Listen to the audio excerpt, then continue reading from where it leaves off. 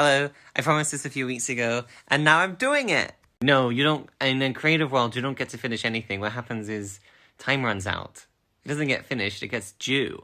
Or you've used up all your overtime that day, or the casting department's finishing that day.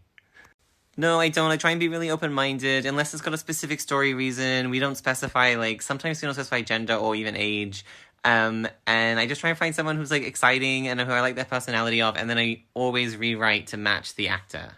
I always try and let the actors do their version first, because we cast them because I like them as people, and then we go in and adjust performance if we need, and John has never needed that adjustment. Well, me and Tom Ward once, we pitched this animation movie that was about there's this tortoise in Queensland who they say was picked up by Charles Darwin, so it's 200 and something years old, and we wanted to do an animation about this story that was like Forrest Gump over 250 years. And the tortoise's name was Sparkles, and no one let us make it. I think that's a good idea. The tortoise found itself at all these world events and made all the world events. It was Sparkles.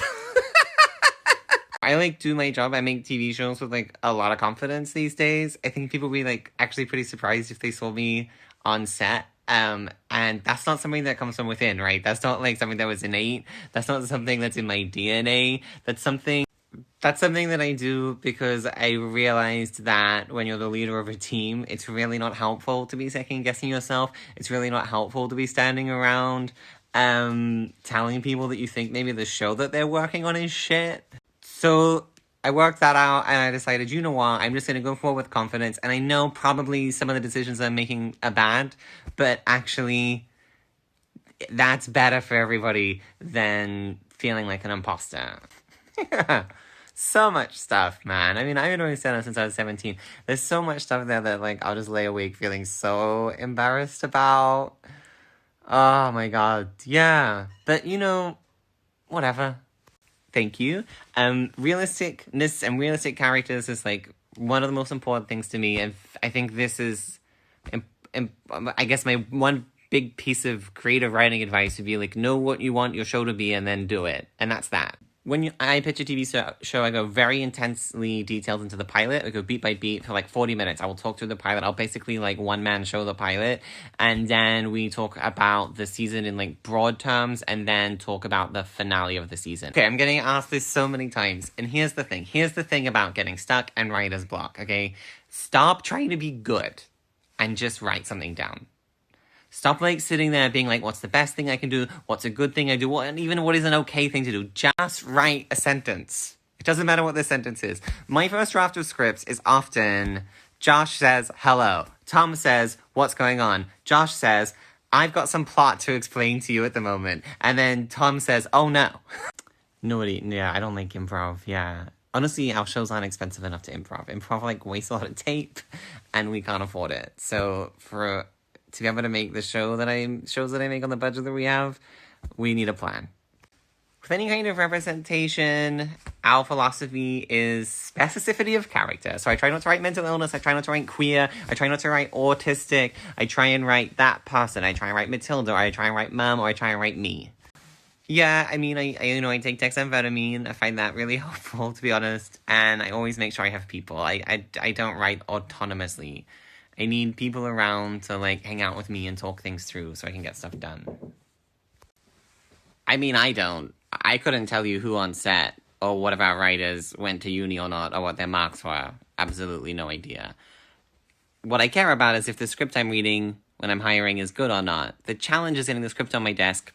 Okay, I'm gonna go, but I think my best piece of creative advice, or the thing that I see new writers or creatives do wrong a lot, is that they don't set the rules of what their project's going to be. They don't set the audience's expectation, right? So, for example, I'm a stand-up. When I used to do stand-up, I told honest, grounded stories, and I wanted the audience to know that they were honest, and I want them to be on that journey with me, and I want them to feel the emotions with me when I tell those stories. So that's what I did. What I see a lot of new stand-ups do is they'll open with a minute or two of sharp, punchy jokes that are sort of tricks. They're misdirection, and then they'll try and pivot into telling honest stories, and that doesn't work because the audience doesn't believe you anymore. It's not their expectation, and they're looking for you to trick them. The same thing happens in a TV show. You decide whether it's going to be honest and realistic or whether it's going to be heightened and absurd, right? You set the audience expectation for pace. You set their expectation for how many jokes there'd be. You set their expectations for whether there'll be emotional turns, and you have to make those rules at the beginning.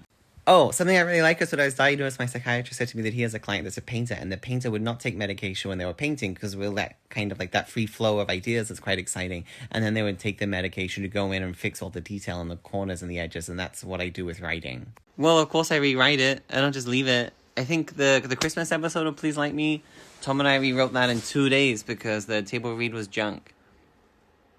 Just start again, if you have to, always. Learning how to communicate your ideas and fight for your ideas and get people on board with those ideas so that all those people that you're relying on can make those ideas happen on budget. Yeah, a lot of people see writing this way. I kind of don't. If I'm writing something, it's usually after I've processed it. You know, it's usually like I've got out the other side of the experience and now I feel like maybe I have something I can like share with people. I think one of the most straightforward pieces of advice I can give for, like, telling a story, any story, is just to make it efficient. Word economy, babe. Less words to get the information and the jokes out, the better. That's all I can really offer. To tell, like, a TV show, you don't need it to just be, like, a good idea. You need to have a reputation as someone who can, like, make that TV show, like, on time and on budget and understands how to, like, manage a crew in that. So you have to, like, build a reputation of trust or find someone who has it. I, like, built a reputation as, like, someone who can create stuff by doing stand-up, and then I teamed up with Todd Abbott in Australia, who's, like, a good, like, reputable producer, and then the ABC gave us Please Like Me. If you're just trying to figure out how to start out, I don't know. I think probably the best way to easily build a reputation as a good creator is to create things, so make YouTube videos or do stand-up.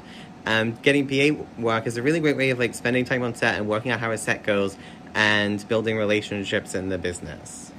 I'm getting a lot of questions about planning, like how much I plan stories and everything, and if you're working with a team, you have to plan, because the team needs to know what's going on.